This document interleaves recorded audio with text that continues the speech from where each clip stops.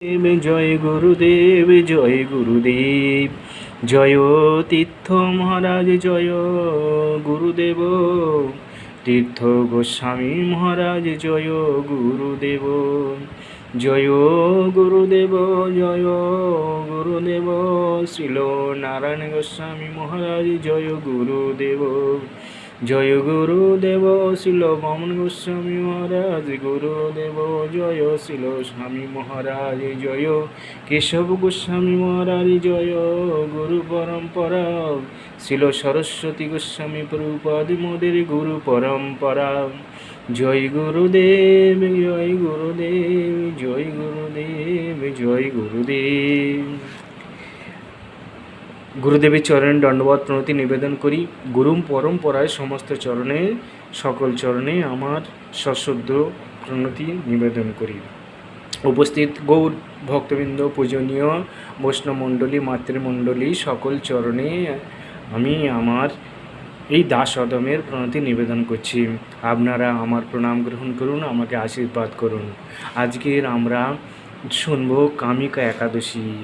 এই কামিকা একাদশীর মাহাত্ম্য কথা। গুরুদেব আগামী দিন আমাদের প্রসাদ দেবেন।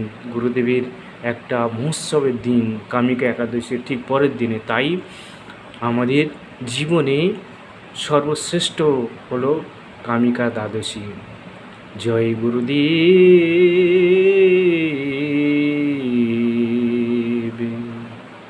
ওহে গুরুদেব, তব শ্রীচরণ সেবি যেন আমি জনম জনম। এই আশীর্বাদ যাচে দাসাধম, তবু পদে স্থান চাই। গুরুদেব দয়াময়। জয় গুরুদেব। কামিকা একাদশী। যুধিষ্ঠির বললেন, হে গোবিন্দ, হে বাসুদেব, তোমায় সহস্রবার প্রণাম করি।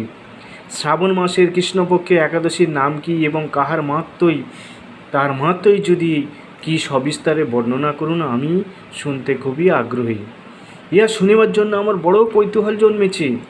উত্তরে ভক্তবৎসল শ্রীকৃষ্ণ বললেন, হে রাজন, পূর্বে ভক্তপ্রবর নারদ প্রজাপতি ব্রহ্মাকে এই প্রশ্ন করিয়াছিলেন। আমি এখনই তাহাই কীর্তন করিতেছি, মনোযোগ সহকারে শ্রবণ করুন। একদা ব্রহ্মার নিকট দেবশ্রী নারদ জিজ্ঞাসা করিলেন, হে ভগবান, শ্রাবণ মাসের কৃষ্ণপক্ষ একাদশীর নাম কি? এই ব্রতে কোন দেবতা আরাধ্য? এই ব্রতের বিধি বা কী প্রকার এবং কোন পুণ্য লাভের সম্ভাবনা, তা সবিশেষ জানিতে ইচ্ছা করি। আপনি কৃপাপূর্বক জানাইলে কৃতকৃতার্থ হইব। নারদের এই প্রকার বাক্য শ্রবণে ব্রহ্মা অত্যন্ত প্রীত হইয়া বলিলেন, হে বৎস, লোকমঙ্গলের জন্য তোমার প্রশ্নের যথাযথ উত্তর দিতেছি, শ্রবণ করো। শ্রাবণ মাসের কৃষ্ণপক্ষে একাদশী কামিকা নামে জগতে প্রসিদ্ধা। ইহা স্মরণ মাত্রেই বাষ্পীয় যজ্ঞের ফল প্রাপ্তি হইয়া থাকে এবং যেই যে ব্রতে হরি বিষ্ণু মাধব মধুসূদনকে পূজা এবং ধ্যান করিলে অপরিমিত পুণ্য ফল লাভ হয়। গঙ্গা, গোদাবরী, কাশী, নৈমিষারণ্য, পুষ্কর প্রভৃতি তীর্থ দর্শনের সমস্ত ফল একমাত্র কৃষ্ণ পূজা হইতে কোটি গুণ অধিক প্রাপ্ত হওয়া যায়। সাগর ও অরণ্যযুক্ত পৃথিবী দানের ফল, সবস্রা দুগ্ধবতী ধেনুদানের ফল অনায়াসেই এই ব্রত পালনে লাভ হইয়া থাকে। শ্রাবণে যে মানব শ্রীধরকে পূজা করেন, তিনি দেবতা, গন্ধর্ব, উর, পণ্যক দ্বারাও পূজিত হইয়া থাকেন। সুতরাং পাপভীরু মানুষের পক্ষে কামিকা একাদশীতে সর্বপ্রযত্ন সহকারে যথাশক্তি ভগবান শ্রীধরের পূজা করা অবশ্যই কর্তব্য। যাহারা পাপপঙ্ক সংসার সাগরে নিমগ্ন, এই ব্রত তাহাদের উদ্ধারের একমাত্র উত্তম উপায়। এই প্রকার ব্রতের ন্যায় পবিত্র পাপাহারী শ্রেষ্ঠ ব্রত কোথাও দেখা যায় না। হে মানব, শ্রীহরি স্বয়ং ইহার এইরূপ মাহাত্ম্য কীর্তন করিয়াছেন। আধ্যাত্ম বিদ্যারত ব্যক্তির যে জ্ঞান অর্জন হয়, এই ব্রত পালনে তাহা অপেক্ষা অধিক লাভ হইয়া থাকে। রাত্রি জাগরণের সহিত যাহারা এই ব্রত পালন করেন তাহারা কখনো যম ও সংহারকর্তা রূঢ়দের মূর্তি দর্শন করেন না বা কোনো প্রকার দুর্দশাগ্রস্ত হন না। এই ব্রত পালনকারী কখনো নিচু যোনি প্রাপ্ত হন না। যোগীগণ এই ব্রত উপবাসের ফলে ঈশ্বর সাযুজ্য মুক্তি পর্যন্ত লাভে সমর্থ হন। অতএব সংযত চিত্ত হইয়া সকলের শ্রীধরের অর্চন করা অবশ্যই কর্তব্য। কেশবপ্রিয়া তুলসী পত্রে যিনি শ্রীহরির পূজা করেন পদ্মপত্র জলের ন্যায় তিনি পাপে লিপ্ত হন না। একবার সুবর্ণ চতুর্গুণ রৌপ্য মূল্যের যে উপকরণ দ্বারা তারা যদি পূজায় যে ফল লাভ হয়, মাত্র একটা তুলসী দল দ্বারা পূজনে সেই রূপ ফল প্রাপ্ত হওয়া যায়। তুলসী পত্র দ্বারা পূজনে ভগবান বিষ্ণু যেরূপ সন্তুষ্ট হন, রক্তমৈতিক বা প্রবল বা বৈদুর্য এই সেই রূপতে তিনি কখনো অতটা প্রীত হন না। যিনি শ্রী কেশবকে তুলসী মঞ্জুরি সহিত পূজা করেন তাহার আজ জন্ম পাপ ক্ষয়প্রাপ্ত হয়। এই প্রসঙ্গে ব্রহ্মা বললেন, হে নারদ, যিনি তুলসীকে প্রত্যহ দর্শন করেন তাহার নিখিল পাপ সমূহ বিদূরিত হইয়া যায়। যিনি তাহাকে স্পর্শ করেন তাহার পাপ মলিন দেহ পবিত্রকৃত হয়। তাহাকে প্রণাম করলে রোগসহ দূরীভূত হয়। তাহার মস্তকে জল সিঞ্চন করিলে যম তাহার নিকট আসিতে ভয় পায়।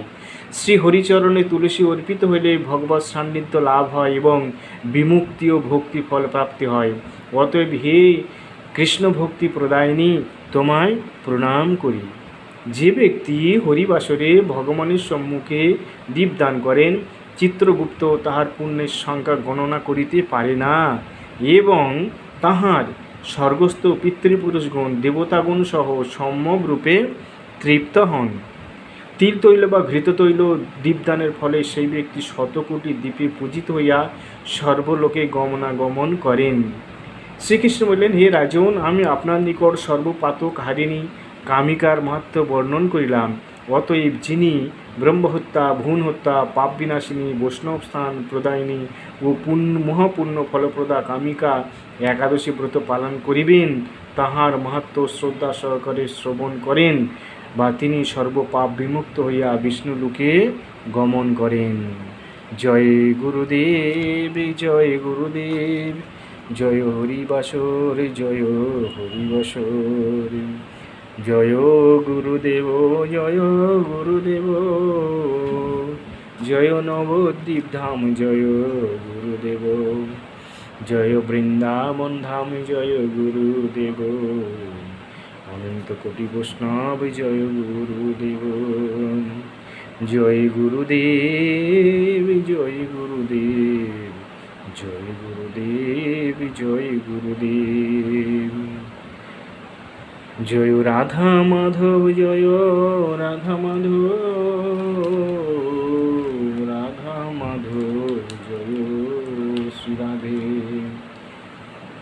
জয় প্রহ্লাদ মহারাজ, জয় প্রহ্লাদ মহারাজ, প্রহ্লাদ মহারাজ, জয় প্রহ্লাদ মহারাজ,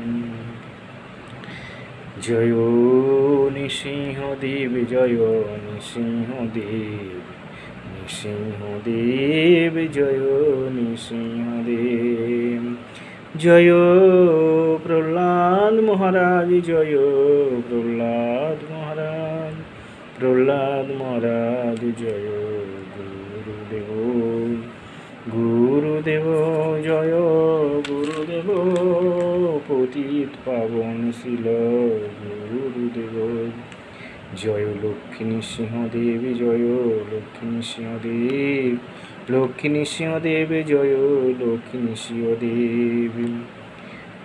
বাঞ্ছা কল্প তরুভস্য কৃপা সিন্ধুভ্যেব চ পতিতানাং পাবনেভ্যো বৈষ্ণবেভ্যো নমো নমঃ।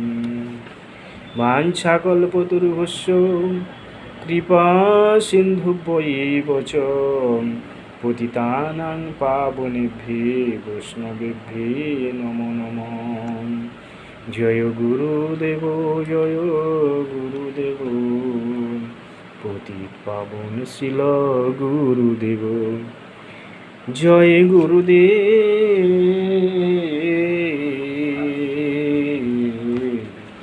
জয় গুরুদেব, জয় গুরুদেব, জয় গুরুদেব।